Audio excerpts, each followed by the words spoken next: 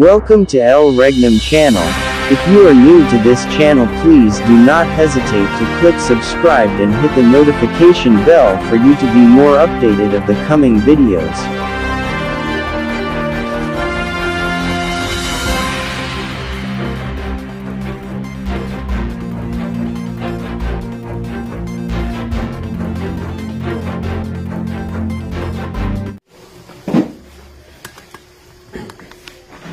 Okay, so maraming salamat po, Are. So mapagpalang oras sa ating lahat, buong Pilipinas, maging sa buong daigdig. So muli live po tayo ngayon sa The Kingdom of God, dito po sa bayan ng Madela, dito po sa province of Quirino, region 2. No? So sa araw na ito ay muli na naman nating pag-uusapan yung mga bagay na linihim ng Diyos, no? Tungkol sa kaharian ng Diyos. Ngunit bago po ako magpatuloy, ay nais ko munang humingi ng gabay at magpupugay sa amin pong mahal na dakilang guro, ang amin pong Supreme Founder of the Kingdom of God. Walang iba po ang amin pong mahal na Haring Filimon Ondo Reyam Bonanza.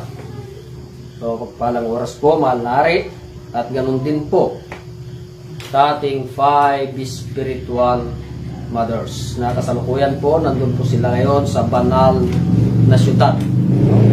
Doon po sa Purok New Jerusalem, Rizal, Shrine, Talisay, Dapitan City, Zamboanga del Norte. So mapagpalang oras po mga nanay, at ganun din po sa amin pong lubos na pasasalamat at paggalang sa amin pong mahal na Pangulo, na walang iba po ang amin pong mahal na Prinsipe Rocky Y.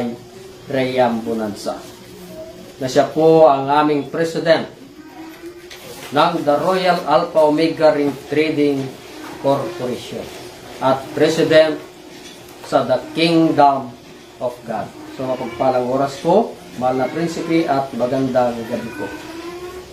At ganun din po sa kapatid ng aming mahal na Prinsipe, walang iba po ang ating pong Haring Adolfo B. Reyam Bonanza, na siya po ang ating President ng the Philippine Deuterium Development and Management Corporation.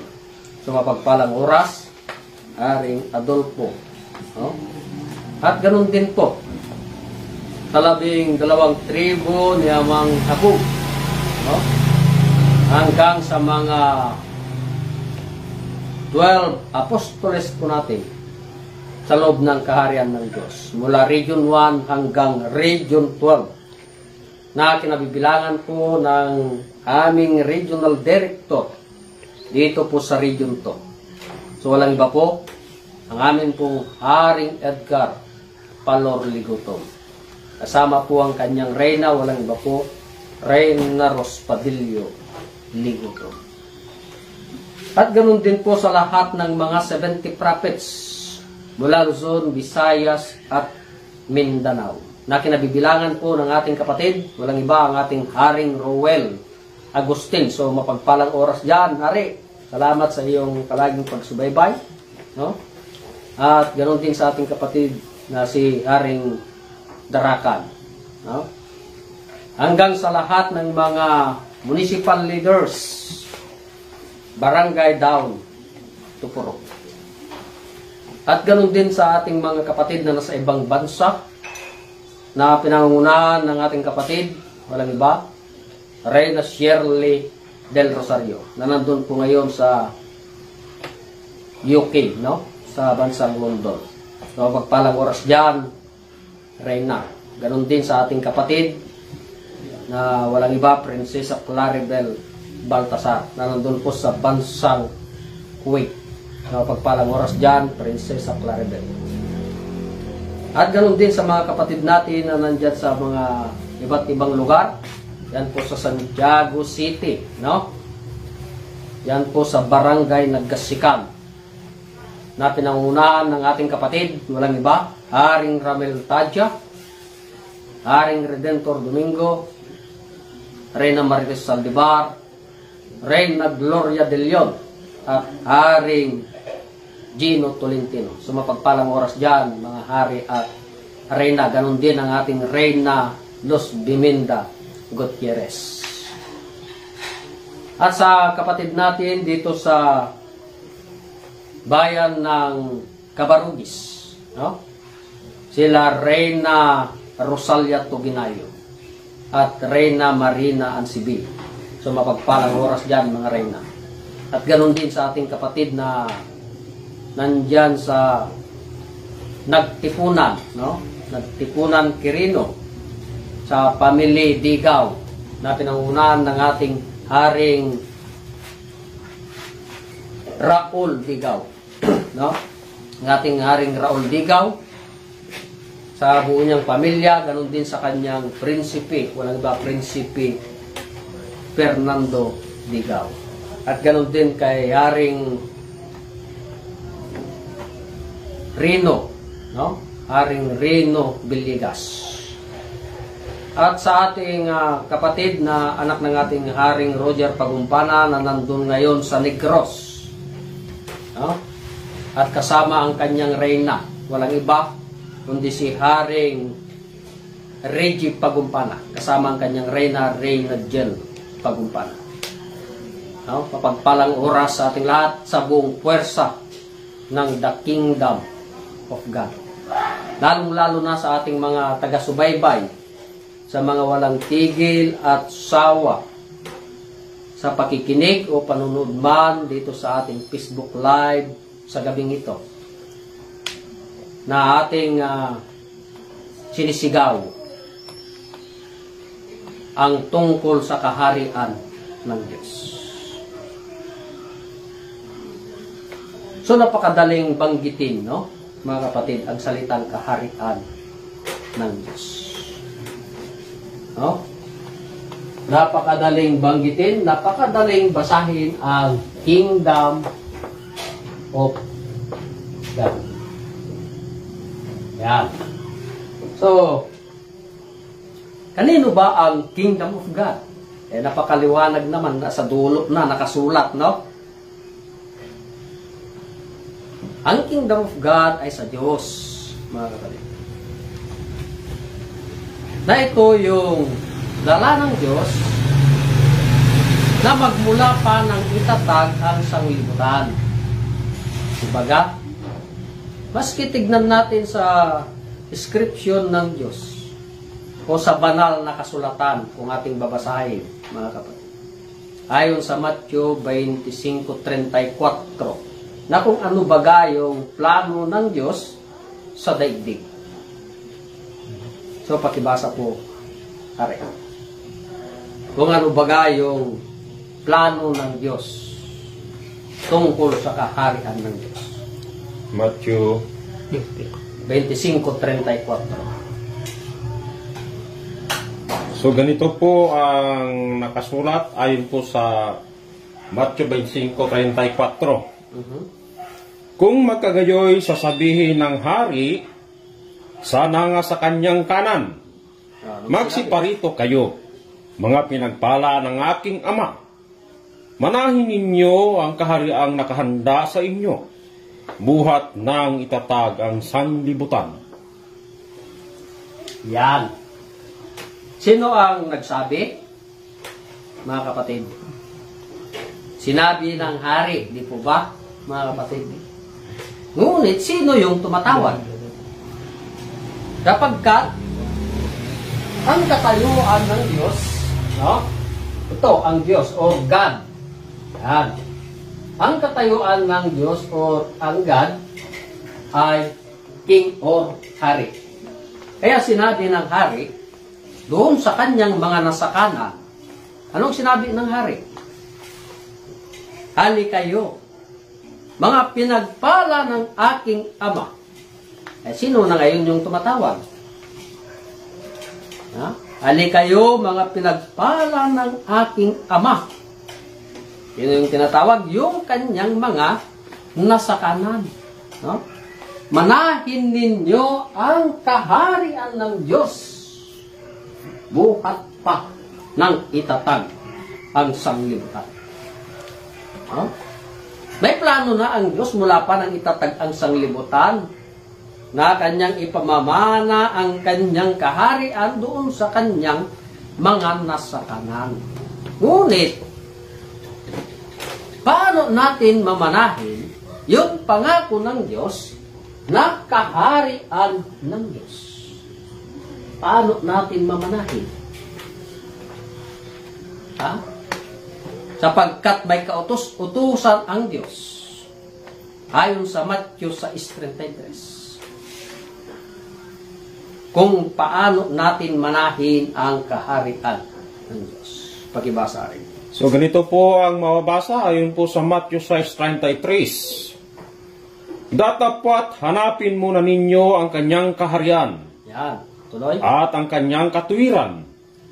At ang lahat ng mga bagay na ito ay pawang idaragdag sa inyo. Yan. So, napakaliwanag po yung nabasa sa banal na kasulatan. Na kung paano natin mamanahin yung kaharian ng Diyos. Na hinanda pa buhat ng itatag ang sanglibutan. No? Ano natin manahin? Datapwat, hanapin muna ninyo, sabi ng Panginoon, ang kanyang kaharian.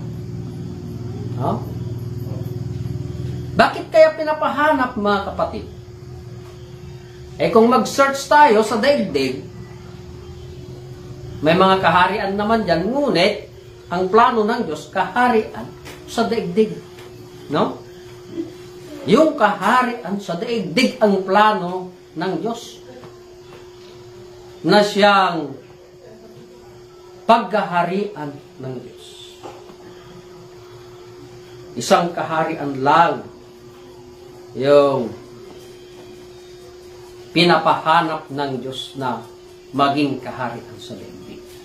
Na kaharian ng Diyos. Bakit ka ko pinapahanap? Wala nang kaharian sa daigdig. Unang-una ang kaharian sa daigdig, ang bansang Babylon. No? Pangalawa, bansang Medo-Persia. Pangatlo, bansang Greece. Pang-apat, bansang Rome. Ngunit, nasaan na ang kaharian ng Diyos? Na pinangako pa buhat ng itatag ang sanglibutan na ipamamana niya sa kanyang mga nasa kanan. No? Ano natin manahin? Hanapin muna natin ang kanyang kaharian. Yan ang kautos-utusan ng Diyos. Sapagkat kung tignan natin ang istorya ng Diyos sa daigdig, na kung sino yung nakikilala nating Diyos, walang iba naman, kundi ang pangalan ng ating Panginoong Jesus. Diba? Yan. Yan ang kinikilala, lalong-lalo na dito sa bansa nating Pilipinas, na ang Diyos ay ang ating Panginoong Jesucristo. Kung balikan natin sa katayuan ng ating Panginoong Jesucristo, ano baga yung dala? No? Ano baga yung dala ng ating Panginoong Jesucristo? Na kanyang pinapahayag o ipinapangaral sa mga tao. No? Sa mga tao, hindi naman sa mga kung ano-ano dyan. Baga, mga kapatid. Ano kaya yung dala ng ating Panginoong Jesucristo? Kung basahin natin ayon sa banal na kasulatan, sa sulat ni Lucas 8:1. Pakibasa rin. So, ganito po ang nakasulat ayon po sa Lucas 8:1. At nangyari pagkatapos ng kaunting panahon na siya'y naglalakad sa mga bayan at mga nayon, na ipinagpangaral at dinadala ang mabuting balita ng kaharian ng Diyos, at kasama niya ang 12. Yun ang dala. Kasama pa nga ang 12. Yun ang kanyang mga apostoles. Bakit pinapangaral ng ating Panginoong Hesukristo ang tungkol sa mabubuting balita na siyang kaharian ng Diyos? Bakit? Ano baga ang katayuan ng ating Panginoong Hesus? Bilang hari. Diba? Bakit pinapangaral yung mabubuting balita tungkol sa kaharian ng Diyos? Ayon sa Lucas 4:43. So ganito po ang mababasa ayon po sa Lucas 4:43. Ang sinasabi. So ganito po ang sinabi. Datapwat sinabi niya sa kanila, dapat namang ipangaral ko ang mga ibang Ang mabubuti. So datapwat sinabi niya sa kanila na dapat namang ipangaral ko sa mga ibang bayan ang mabubuting balita ng kaharian ng Diyos, sapagkat sa ganito ay sinugo ako. Yan. Ay, kaya pala pinapangaral yung tungkol sa kaharian ng Diyos, mga kapatid. Sapagkat, anong sabi ng ating Panginoong Hesus? Sapagkat sa ganito ay sinugo ako. Ngunit ang tanong, saan ito ipinangaral? Sapagkat kung marinig ang salitang kaharian ng Diyos, mga kapatid, walang ibang bukang bibig, kundi nandun sa taas, doon sa kapugnaw-pugnawan. Yung iba naman, nasa loob ng puso. No? Iyon ang dala ng Diyos na ipangaral ang kaharian ng Diyos.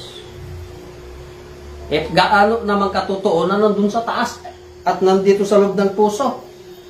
Ano ba yung ilalagay ng Diyos sa loob ng puso na hindi ang kaharian? Tignan natin kung ano ang ilalagay ng Diyos sa loob ng puso. Ayon sa Hebreo 10:16. So ganito po ang mababasa ayon po sa Hebreo 10:16.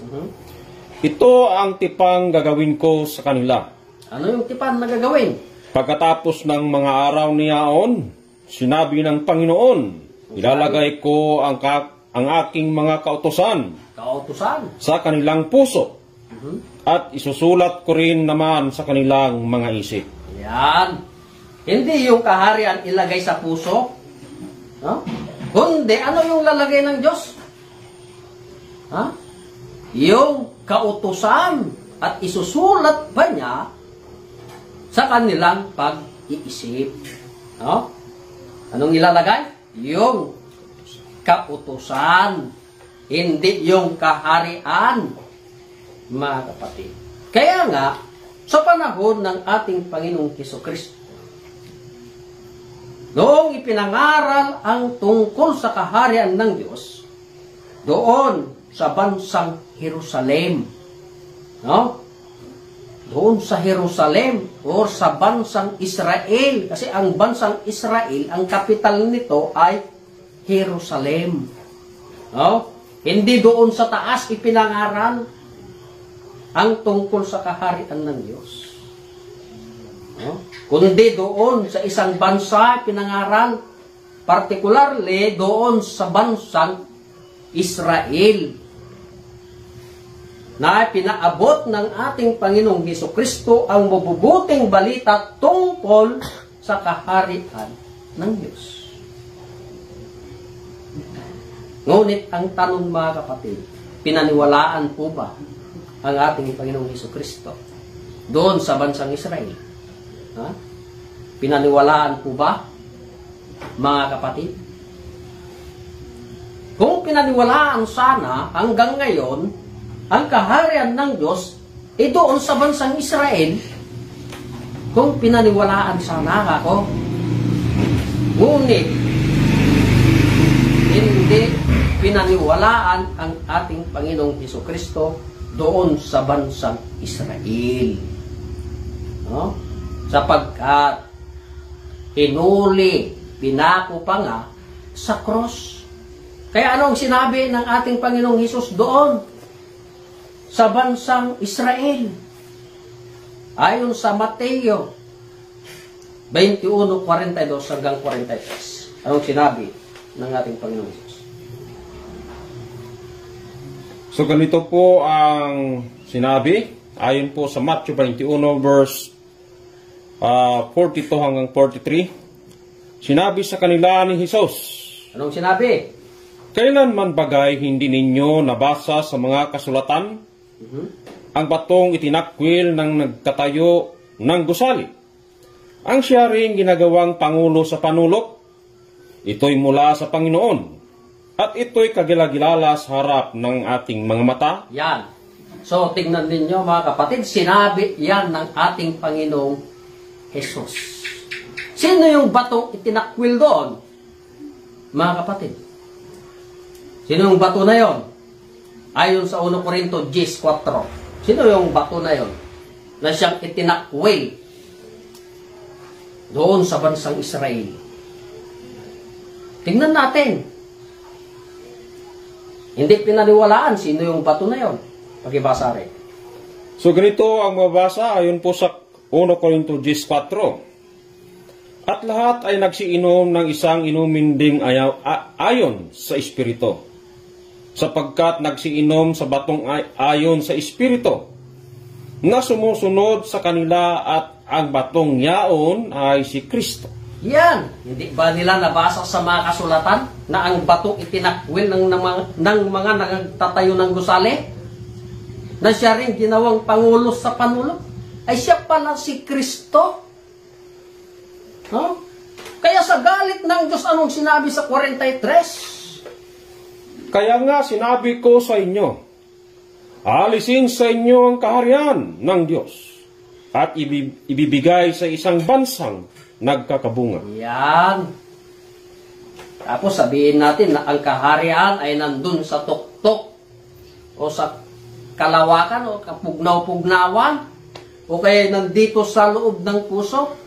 Bagaman sinabi ng Diyos na aalisin sa inyo ang kaharian ng Diyos at maibibigay sa isang bansa na magkakabunga. Bansa ang sinabi ng Diyos. Saan inalis ang kaharian ng Diyos? Doon sa bansang Israel. Sapagkat hindi ito pinaniwalaan. No? Inalis, ibinigay sa isang bansa na nagkakabunga. Ngayon, nasaan na ang kaharian ng Diyos? Na pinangako pa ng Diyos mula nang itatag ang sanglibutan na ipamamana niya sa kanyang mga nasakanan. No? Ano yung utos ng Diyos? Hanapin muna ninyo ang kanyang kaharian. No? Ngayon, nasaan? Sapagkat bansa man o isang bansa man lang ang sinabi ng Diyos. No? Isang bansa man lang. Ilang bansa ba ang daigdig natin? Mga kapatid, palagay na natin na sa 300 nation of the world. No? Ngunit isang bansa lang ang sinabi ng Diyos. Ha? Isang bansa lang. 300 nation, palagay natin ang buong daigdig natin. Isang natin hanapin dyan, 300 nation. Sa isang bansa na magkakabunga, walang address. Mga kapatid, walang address. ang tinukoy ng Diyos. Sapagkat ang kaharian ng Diyos inalis sa bansang Israel at ibinigay sa isang bansa na magkakabunga. Ito yung aming palagi na sinisigaw, mga kapatid. Ha? Huwag po sana tayong magsawa na maski paulit-ulit ang ating tinatalakay sapagkat ito yung mga pagpapatunay na ang kaharian ng Diyos na inalis sa bansang Israel ay ibinigay sa isang bansa na magkakabunga. No? Hindi natin malaman yung plano ng Diyos kung hindi natin sundin ang utos na kung saan pinapahanap ang kanyang kaharian. Na inalis sa bansang Israel, ibinigay sa isang bansa na magkakabunga. Bansa ang sinabi ng Diyos. Isang bansa lang. Ngunit, anong bansa, mga kapatid? No? Anong bansa kaya yan? Na sinabi ko walang address. Ngunit, pasalamat tayo. May tinuro ang Diyos na maski walang address, mayroong location. Anong location niyan? Sapagkat ang Diyos ng Israel ay wala na rin doon, mga kapatid. Wala na rin doon sa Israel. Kaano yung katotoo? Na wala na rin ang Diyos sa Israel. Ayon sa 2 Chronicles 15:3. Ha? Anong sinabi ng Diyos?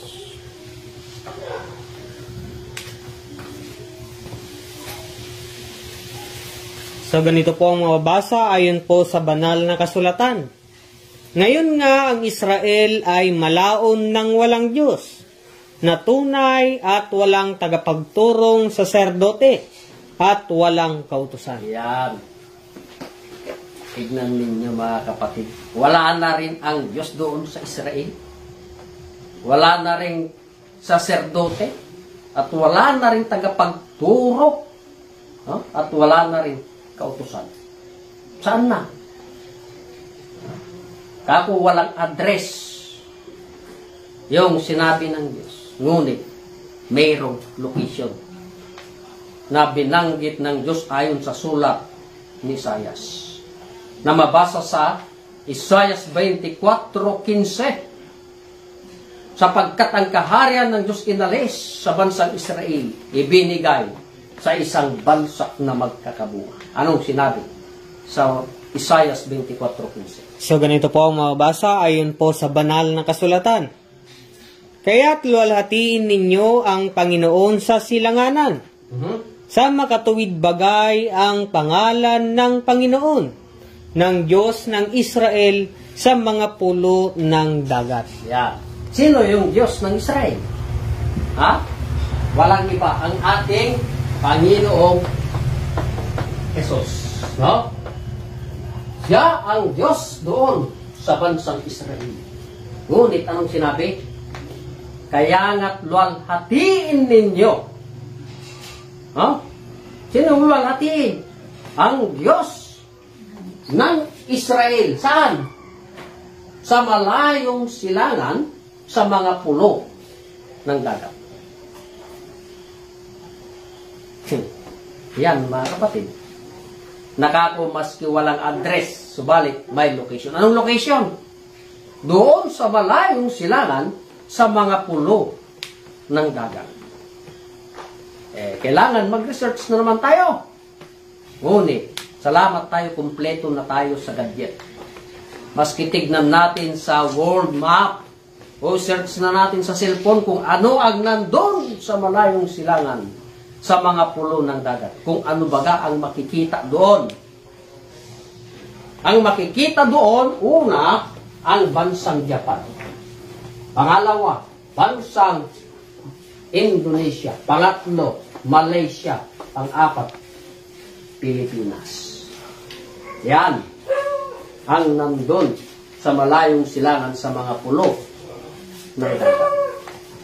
4 na bansa, mga kapatid. 4 na bansa ang makikita doon na kung saan minula ng Diyos na luwalhatiin ninyo ang Panginoon ng Diyos ng Israel doon sa malayong silangan sa mga pulo ng dagat. 4 na bansa yan, mga kapatid. Una, Japan. Ang tanong, mga kapatid, ang bansang Japan ba ay winalhati ang Diyos ng Israel? Ha? Winalhati ba? Hindi, no? Bakit? Kasi ito ay Buddhism, kaya hindi siya winalhati. Pangalawa, bansang Indonesia. Ang tanong, winalhati ba nila ang Diyos ng Israel sa bansang Indonesia? Kasi nandun sa malayong silangan sa mga pulo ng dagat. Wala pa rin. No? Kasi mga Indonesian, Indo. Pangatlong bansa ang Malaysia. Winalhati ba ang Diyos ng Israel sa bansang Malaysia? Wala pa rin kasi tawisin po ito. Pangapat na bansa ang bansang Pilipinas, mga kapatid. Winalhati ba ang pangalan ng Diyos ng Israel dito sa bansang Pilipinas? Tunay na winalhati, mga kapatid. No? Sapagkat walang ibang bukang bibig mula pa sa mga ninuno natin. Ang pangalan ng Diyos ay ang ating Panginoong Jesucristo. No? Maski search nyo, mula pari hanggang ulo, walang ibang bukang bibig. Ang pangalan ng Diyos, ang ating Panginoong Jesucristo. Ngunit, nasaan ang kaharian ng Diyos? No? Bagaman, ang Diyos ay hindi man magkahiwalay ang kanyang kaharian. Ha? Hindi pwedeng maghiwalay ang kaharian sa Diyos or Kingdom of God. No? Kingdom of God, hindi pwedeng maghiwalay yan sapagkat sa Diyos ang kaharian ng Diyos. No? Kung saan winalwalhati ang Diyos sa pangalan ng Diyos ng Israel, ay nandun din ang kanyang kaharian. Ibig sabihin, dito sa bansa nating Pilipinas. Ha? Nandyan yung kaharian ng Diyos dito sa bansa nating Pilipinas. Ngunit gaano ito katotoo na dito sa bansa nating Pilipinas ay siyang kaharian ng Diyos. Yan po ang ating talakayin sa gabi nito. No? Kung gaano katotoo na ang bansang Pilipinas ay dito ibinigay ang kaharian ng Diyos na idalis sa bansang Israel at ibinigay sa isang bansa na magkakabunga. At kung kailan ito ibinigay ng Diyos. Kaya sa gabing ito, amin pong patutunayan sa inyo kung nasaan ang kaharian ng Diyos na inalis sa bansang Israel at ibinigay sa isang bansa na magkakabunga ayon sa banal na kasulatan na mababasa sa Henesis 25:23 hanggang 26. Pakibasa, friends.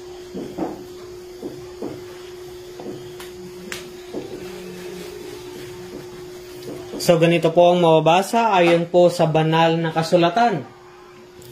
At sinabi sa kanya ng Panginoon, 2 bansa ay nasa iyong bahay bata, at 2 bayan ay papaghihiwalayin mula sa iyong tiyan, at ang isang bayan ay magiging malakas kaysa isang bayan, at ang matanda ay maglilingkod sa bata. At nang matupad ang mga araw ng kanyang kapanganakan, narito't kambal sa kanyang bahay bata. At ang unang lumabas ay mapula, na buong kataway parang mabalahibong damit, at siya'y pinangalanang Isaw. At pagkatapos ay lumabas ang kanyang kapatid, at ang kanyang kamay ay nakakapit sa sakong ni Isaw, at ipinangalan sa kanya ay Jacob.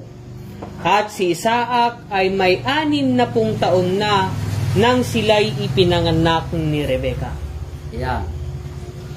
So yan po ang nabasa sa banal na kasulatan. Kung nasaan ang kaharian ng Diyos na inalis sa bansang Israel at ibinigay sa isang bansa na magkakamit. No? Na ayon sa nabasa, si Rebeka ay nagbuntis ng 2 bansa. No? Sipin natin, mga kapatid. Kung literal na babae si Rebeka, kaya bang magbuntis ng 2 bansa? Ha? Kung literal na babae. Ha? Nakita na ba kayong literal na babae na kaya niyang ibuntis ang 2 bansa? Ha? Wala po, mga kapatid. Hindi kayang ibuntis ng literal na babae ang 2 bansa. Bagkos, ito ay ginamit ng Diyos na talinhagang salita kung nasaan ang kaharian ng Diyos. Sapagkat ang kaharian ng Diyos inalis sa bansang Israel, ibinigay sa isang bansa na magkakabunga. Sino si Rebeka, mga kapatid? Na ginamit ng Diyos na talinhagang salita na magbuntis ng 2 bansa. Ha? Si Rebeka, mga kapatid, siya ang daigdig. Yan. Sapagkat ito lang ang pwedeng makapagdala ng 2 bansa. No? Ngayon, ayon sa banal na kasulatan, si Rebeka ay manganganak na. No? At ang kanyang iluluwal ay 2 bansa. Ang tanong, sino yung partira? No?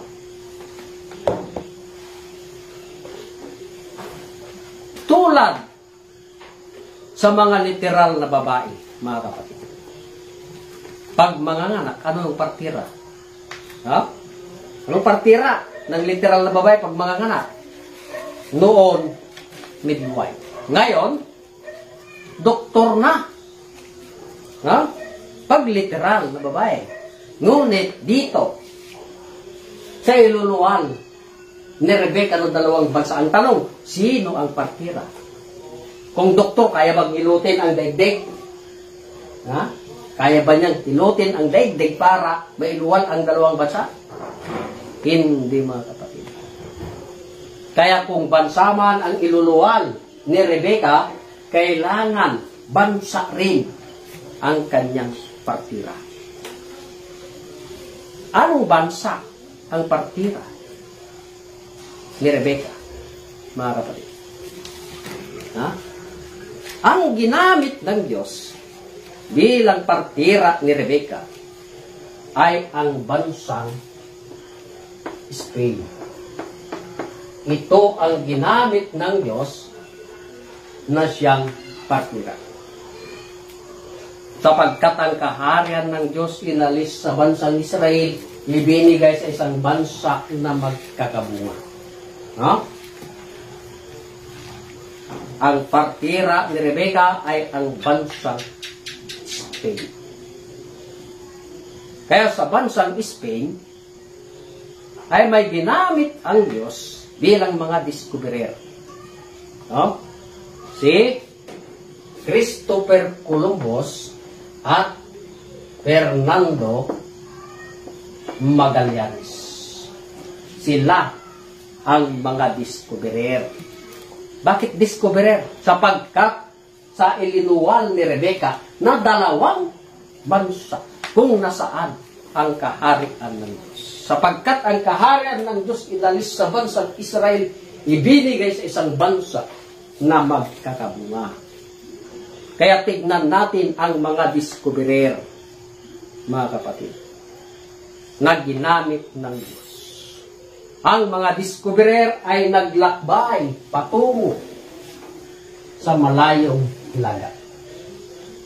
At nakarating sila noong October 12, 1492. No? Ayon sa banal na kasulatan,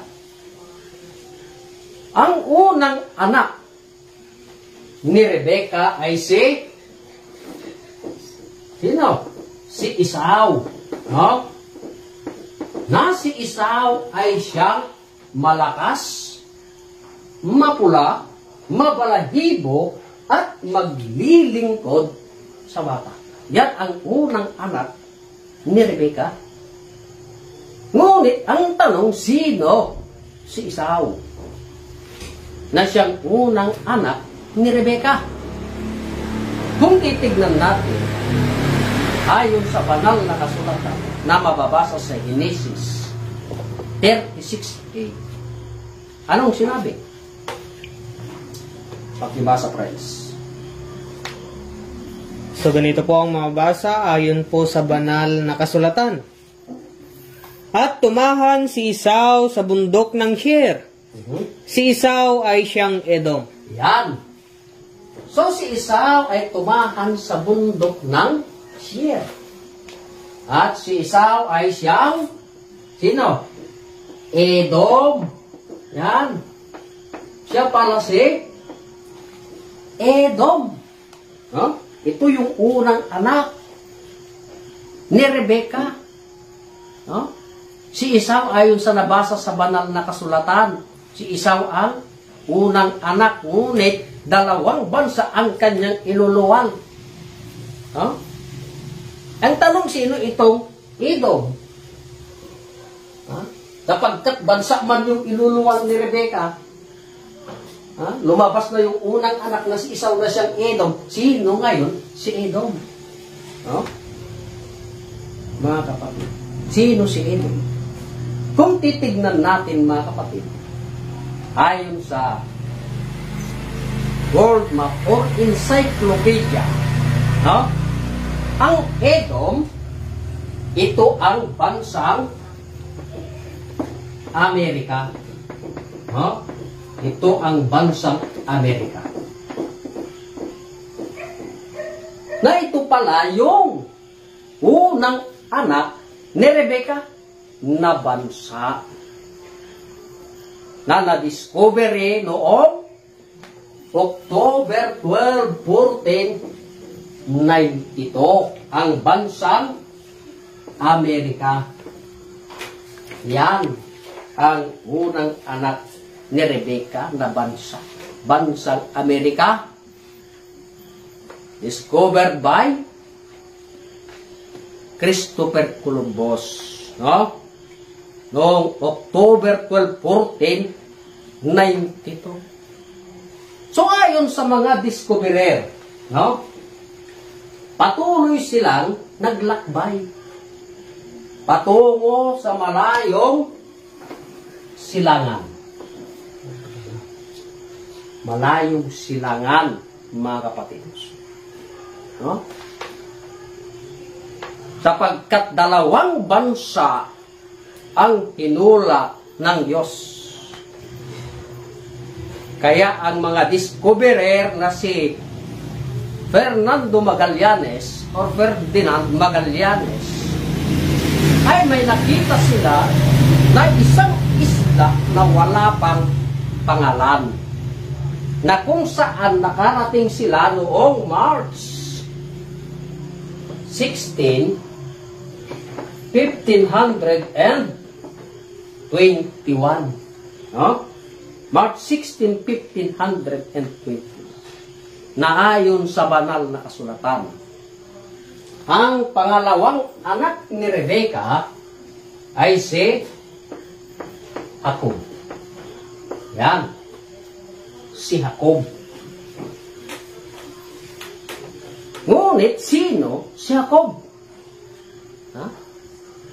Sapagkat ito ang pangalawang anak ni Rebecca. Ang tanong, sino si Jacob? Ha? Basahin natin ayon sa banal na kasulatan na mabasa sa Genesis 32:28. So ganito po ang mababasa ayon po sa banal na kasulatan. At sinabi niya, hindi na tatawaging Jacob ang iyong pangalan, Ano na? kundi Israel. Yan. Sapag- Israel, Troy. Sapagkat ikaw ay nakipagpunyagi sa Diyos at sa mga tao, at ikaw ay nanaig. Yan. So yan po ang sinabi ng Diyos kay Jacob. Hindi na tatawagin Jacob ang iyong pangalan. Ano na? Israel. Huh? Hindi na Jacob, kundi Israel. Ito ang pangalawang anak ni Rebecca na siyang si Jacob na siyang Israel. Ngunit ang iluluwal niya ay dalawang bansa. Ang tanong, sino si Israel? Ha? Si Israel, mga kapatid, ay na-discovery sa March 16, 1521. Ha? Na-discovery pa lang. Ngunit wala itong pangalan. Kaya ayon sa mga discoverer, umuwi sila sa bansang Spain para ibalita sa kanilang hari. Sino ang hari sa bansang Spain? Walang iba kundi si King Philip II. Ito ang hari sa bansang Spain. Ibinalita nila na mayroon silang na-discovery na isang isla na wala pang pangalan. Kaya, nag-utos ang hari sa bansang Spain na babalik sila doon sa kanilang na-discovery na isang isla na wala pang pangalan at bigyan ito ng pangalan. Ngunit, isunod nyo sa aking pangalan. Yun ang utos ng hari sa Spain na si King Philip II. Kaya ang mga discoverer, sila Ferdinand Magallanes, bumalik doon sa isang isla na wala pang pangalan. No? At pinangalanan itong, anong pinangalan? Noong April 14, 1521, pinangalanan itong Las Islas Pilipinas. No? Yan ang ipinangalan, hango sa pangalan ng hari sa Spain na Philip. No? Pinangalanan naman itong Pilipinas. Noong April 14, 1521. Sapagkat ang kaharian ng Diyos inalis sa bansang Israel, ibinigay sa isang bansa na magkakabunga. No? So nakita na natin, dalawang bansa ang ginamit ng Diyos. Anong bansa? Ano yung una? Bansang Amerika, pangalawa, bansang Pilipinas. Kung nasaan ang kaharian ng Diyos. Ngayon, ayon sa mga discoverer, mga kapatid, ang bansang Pilipinas ay nais nilang maging Kristiyanong paniniwala or Christian country, mga kapatid. No? Kaya mayroong paghahanda, no? Or mayroong preparation para mapatunayan na ang bansang Pilipinas ay maging Kristiyanong paniniwala. Mayroong 2 years preparation. No? 2 years preparation. Kung nasaan ang kaharian ng Diyos na inalis sa bansang Israel, ibinigay sa isang bansa na magkakabuo. 2 years preparation. Kung ating i-plus, anong sukat? 1523. No? Ito yung sukat sa paghahanda para maging Kristiyanong paniniwala at maging Christian country ang bansa nating Pilipinas. Kailan?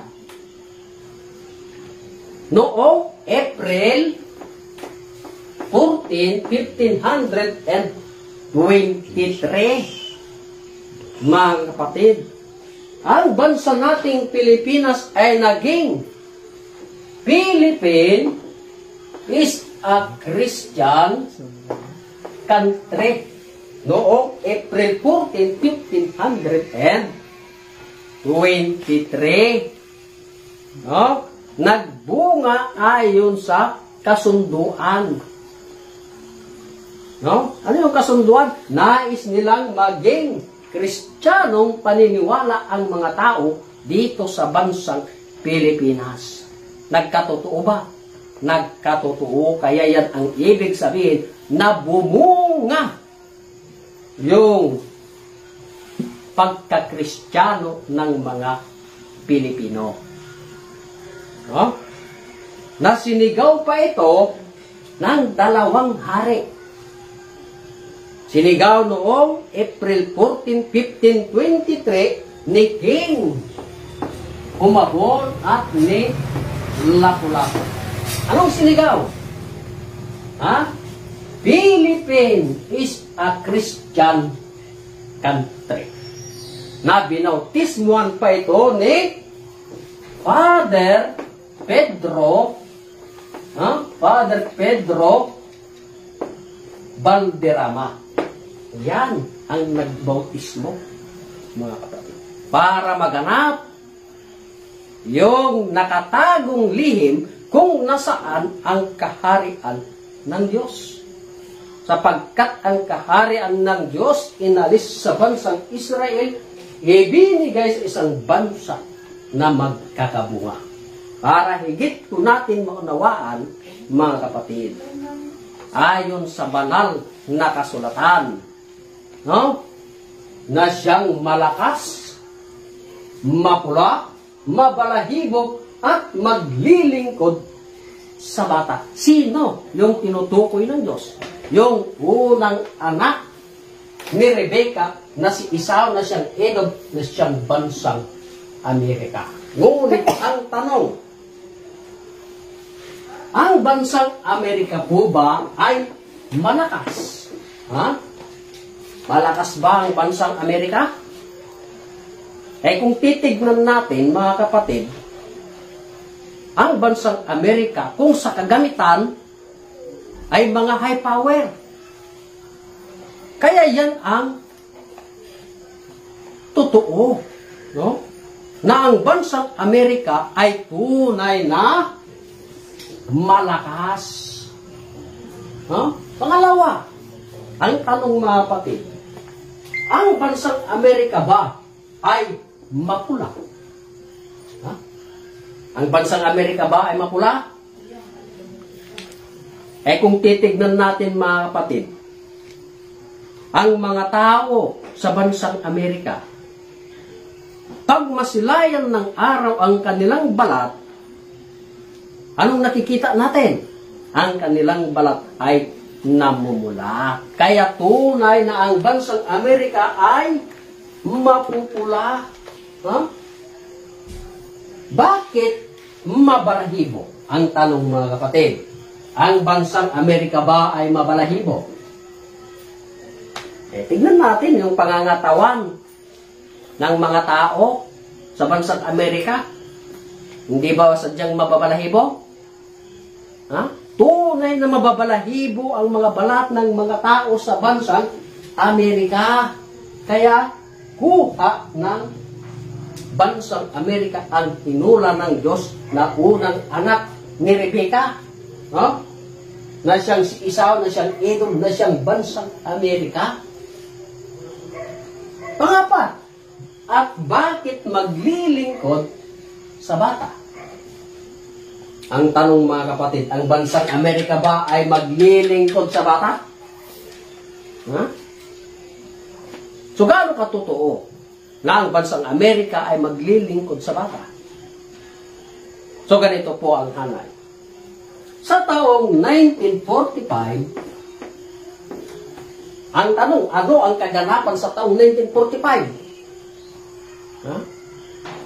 Ito yung pangalawang digmaan sa daigdig na tinawag na World War II.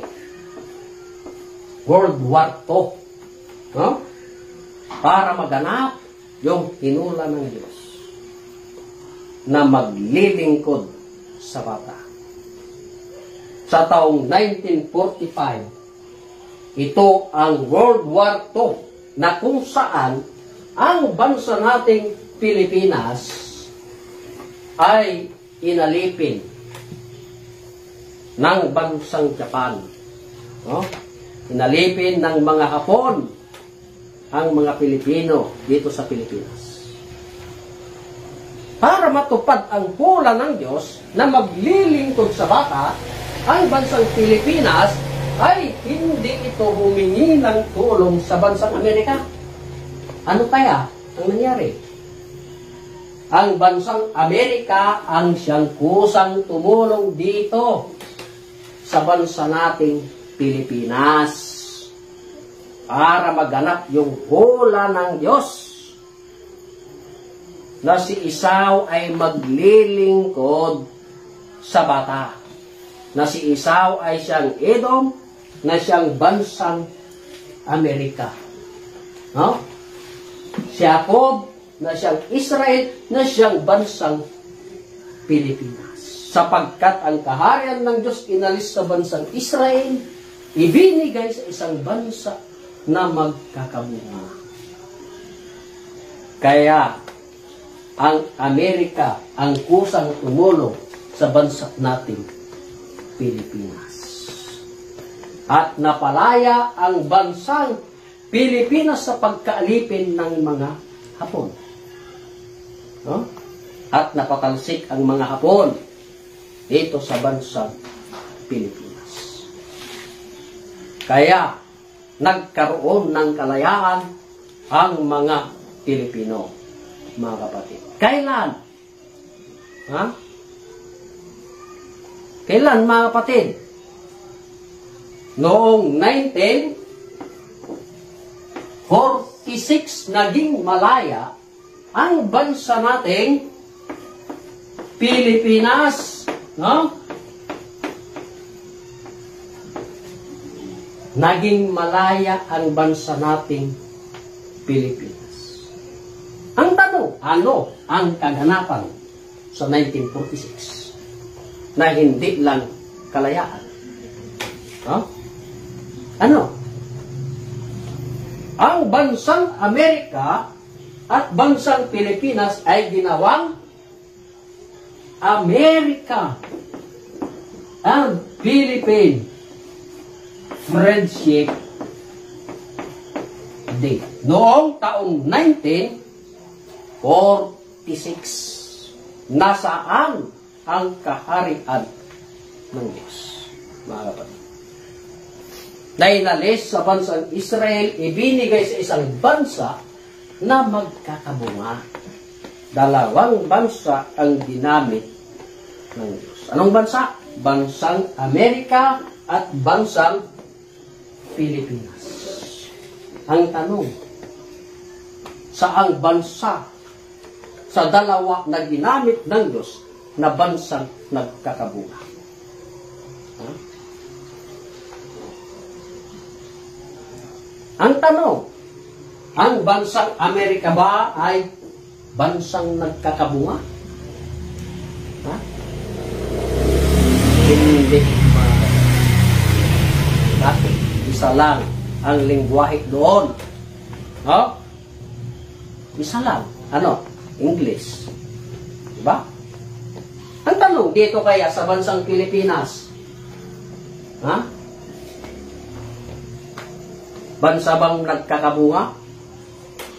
Bansang nagkakabunga kasi ang daming salita dito sa bansa nating Pilipinas. Kung napapansin natin mga kapatid, nandyan ang mga Tagalog, Ilocano, Ifugao.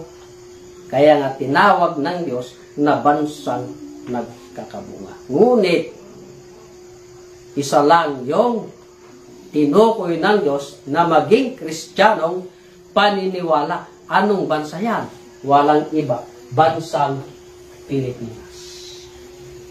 Na bumunga sa taong 1523. Nasaan ang kaharian ng Diyos? Mga kapatid. Halimbawa, mga kapatid, kung ang Diyos ay lumabas sa bansang Amerika, ha? Anong lahi? Di Amerikano, di ba? Ang tanong ngayon, payag ba kayo na Amerikano ang Diyos natin? Ha? Hindi naman siguro, no? Eh kung dito kaya sa bansa nating Pilipinas lumabas ang Diyos, anong lahi? Ha? Lahing Pilipino. Huh? Anong kulay? Kayumanggi. Ang tanong, payag ba kayo na ang Diyos natin ay kayumanggi? Tunay yan, mga kapatid. Kahit basahin natin sa banal na kasulatan, sa kanta ni Solomon, no? 1:6, sapagkat sinabi, huwag niyo akong masdan, sabi ng Diyos, sapagkat ako'y kayumanggi. Diba? Ayaw nyo ba na ang Diyos natin ngayon ay kayumanggi? Na kung saan ang kaharian ng Diyos ay nandito na sa bansa nating Pilipinas, sapagkat sabi nga ng Diyos, luwalhatiin ninyo ang Panginoon sa silanganan, sa makatuwid bagay ang pangalan ng Panginoong Diyos ng Israel. Saan? Doon sa malayong silangan sa mga pulo ng dagat, walang iba. Bansa nating Pilipinas. Kaya mapalad ang bansa nating Pilipinas na siyang pinagbigyan ng Diyos ng kanyang kaharian. At dito magaganap ang pangako ng Diyos buhat pa ng itatag ang sanglibutan, ay dito na may pamamana ng Diyos ang kanyang kaharian doon sa kanyang mga nasa kanan. Kaya pasalamat po tayo, mga kapatid, na maski pa ulit-ulit ang ating sinisigaw, sapagkat ito yung kagustuhan ng Diyos, na maipahayag ang kaharian ng Diyos hindi lang sa Pilipinas, kundi maging sa sanglibutan, ayon sa banal na kasulatan, sa Matthew 24:14, na anong sinabi ng Diyos. Pakibasa, praise.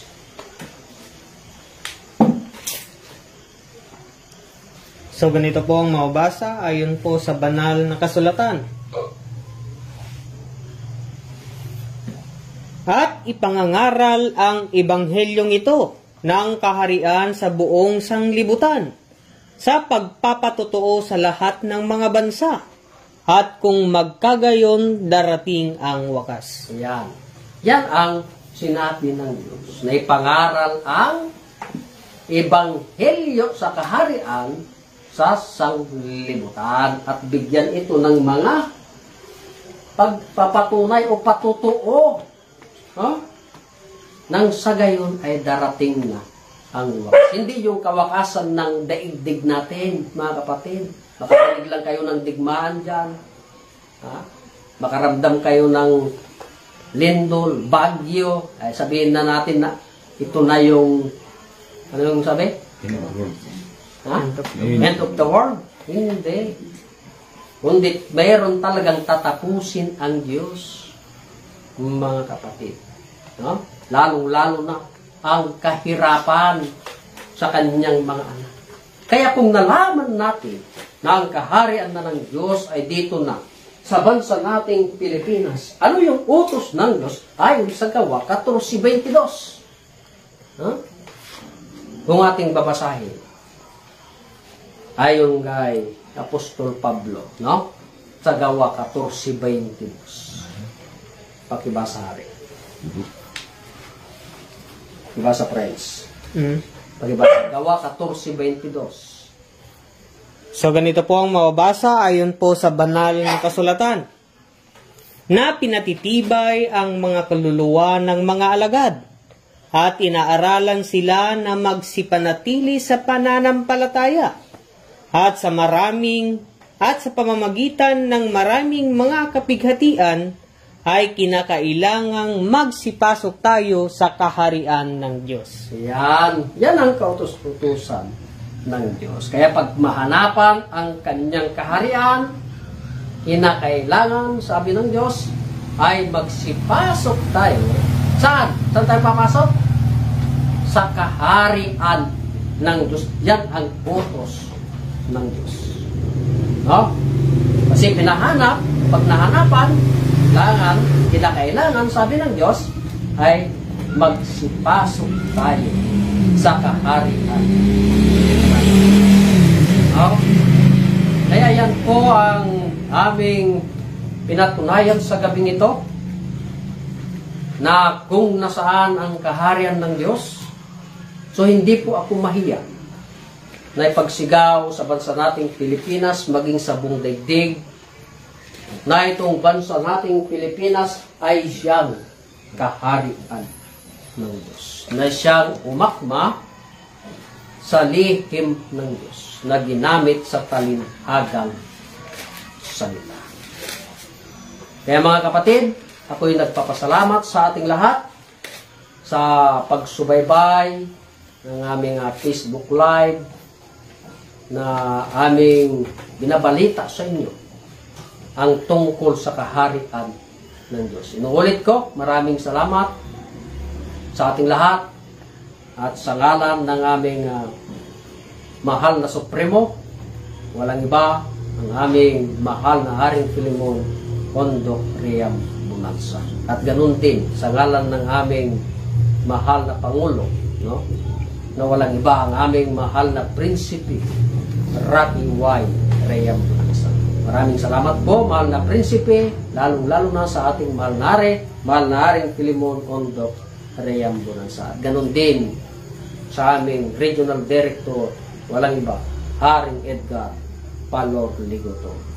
Sa lahat ng mga líderes sa kaharian ng Diyos. Maraming salamat at magandang gabi sa ating lahat. Ako po ang inyong kapatid, walang iba, Haring Ruben Baltasar.